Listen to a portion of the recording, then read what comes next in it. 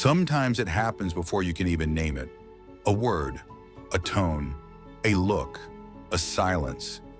And suddenly your whole body is on fire. Your chest tightens, your throat closes, your heart starts pounding like it's under attack. It was just a question, just a pause, just a moment. But inside it feels like a volcano has erupted. This isn't just emotion. This is your nervous system screaming, danger. It's not overreaction, it's survival. When you're emotionally triggered, what's happening isn't mental weakness or a lack of control. It's your body trying to protect you the only way it knows how. By reacting fast, without permission, and without waiting for logic to catch up. Emotional triggers aren't random. They're echoes, flashbacks that don't come in images, but in sensations. The panic in your gut, the numbness in your face, the sudden pressure in your chest. This is your body remembering something it couldn't process the first time. You're not overreacting to now. You're reacting from then. Your nervous system doesn't work on logic, it works on safety. And if something in the present resembles a threat from your past, even in the smallest way, your body will respond as if it's happening again. This is not your fault. This is how trauma lives in the body. Not just capital T trauma, but also chronic stress, neglect, or years of emotional dismissal. Your nervous system has a built-in ladder of defense. Dr. Stephen Porges calls it the polyvagal theory. It helps explain how your body moves through different states to protect you. At the top is the social engagement system. This is the place of connection, curiosity, openness. Your breath is steady, your voice is calm. You can look someone in the eye and feel safe doing it. But when your body senses a threat, not just physical danger, but emotional risk, it doesn't wait for logic, it acts. This is where the sympathetic nervous system takes over. The body shifts into fight or flight mode. Your heart rate spikes. Adrenaline floods your bloodstream. Your breathing becomes rapid and shallow. Your muscles tighten. Your senses sharpen. And in that moment, you're not thinking. You're surviving. You may get loud, irritable, defensive. You interrupt. You raise your voice. You try to control the room. That's fight. It's the part of you that believes, if I can overpower this, I'll be safe. Or maybe you leave the room. You walk away. You shut the laptop. You cancel the call. You clean the house obsessively or scroll your phone like it's oxygen. That's flight. It says, if I get away fast enough, I won't have to feel this. But what if you can't fight? What if fleeing is impossible? That's when your system drops into freeze. It's not shut down out of laziness or weakness. It's the body saying, this is too much. Go numb. Your mind disconnects. Your voice gets quiet. You feel foggy, heavy, slow. You stare at the wall. You space out. You might not even remember what just happened. This is your biology protecting you from emotional overwhelm. It's not a flaw. It's a reflex your body wired when pain felt too much to handle. In the triggered state, you're not in the present moment, not fully. You may be physically here, but your body has time traveled. You've dropped into a memory your mind doesn't even know it's carrying. A parent's anger, a caregiver's coldness, an unmet need that taught you to be silent, small, or invisible just to stay safe. And now, a delay in a text, a change in tone, a disagreement. It's not about this moment. It's about the body remembering what it felt like to be powerless. This is why you can't talk yourself out of a trigger, because it's not a thought, it's a sensation. Your prefrontal cortex, the logical part of your brain, goes offline, and your survival brain takes over. You felt it before. The moment after the emotional volcano erupts, you're left in the aftermath, tight, shaky, numb, or completely exhausted. Sometimes even ashamed. You ask yourself, why did I react like that? Why couldn't I stop it? But that reaction wasn't weakness, it was protection. And the question now is not, how do I stop feeling this way? The real question is, how do I bring safety back into my body? Because healing isn't about never getting triggered again.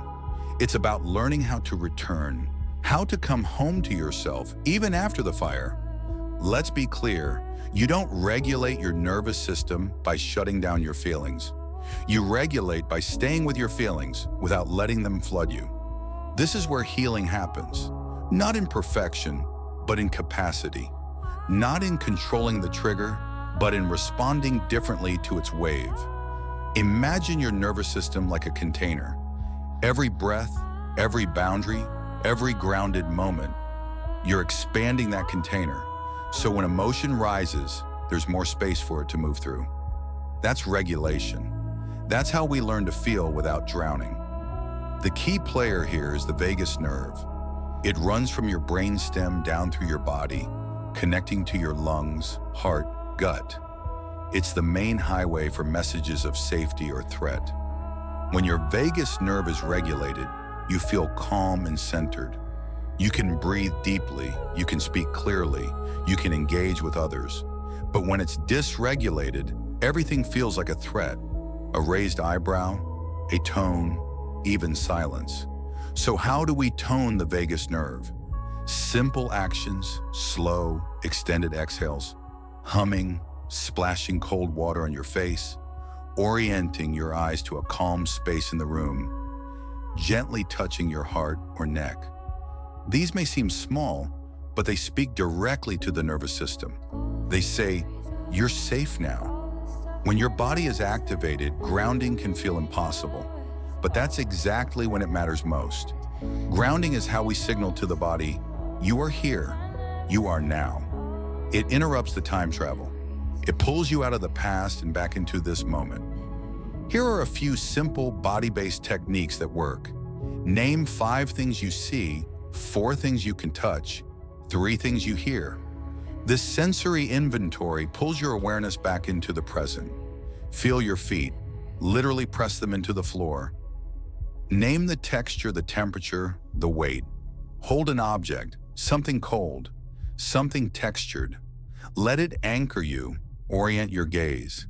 Let your eyes move slowly across the room. No screen, no pressure.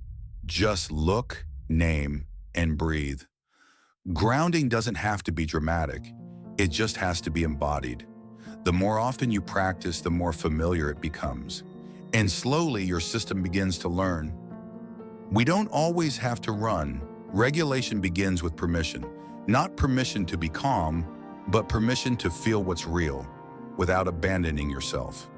Start small. Place a hand on your chest. Feel the rise and fall. Breathe slowly. This signals presence. Then ask, what's here? Tension in your jaw? Pressure in your throat? Heat in your belly? Name it gently, not to fix it, just to witness it.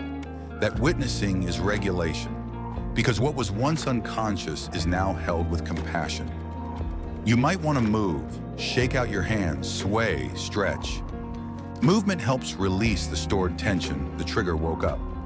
You might hum or sigh audibly, vibrations that tell the vagus nerve it's safe to soften. You might find a rhythm, rocking, breathing, drumming fingers on your leg. Regulation is rhythmic, not rigid. It's not about shutting down the wave. It's about riding it with breath, with grounding, and with gentleness. This is how we come back, not by force, but by relationship, to body, to breath, to now. Not all regulation is solo. Sometimes the fastest path back to safety is being seen by someone who knows how to hold space. A calm nervous system can regulate a chaotic one, just by being present. That's co-regulation. It can be a trusted friend who doesn't rush you to feel better. It can be a therapist who holds silence while your body softens. It can even be a pet resting beside you, heartbeat to heartbeat. Our systems are social. We were never meant to heal in isolation. Even the briefest moment of eye contact, a hand squeeze, a soft voice, These are all ways the body registers. I'm not alone. You're not weak for needing others. You're wired for it. Healing happens in safe relationships where your body learns that not every silence is rejection. Not every disagreement is abandonment. Over time, you begin to internalize this safety. And one day, your own voice becomes that soft presence for yourself. Let's be honest. Triggers don't disappear. Life will still hit tender places. But the difference is, now you know how to stay, to pause, to breathe, to notice what's happening without becoming it. This is the return to safety, and it starts with you.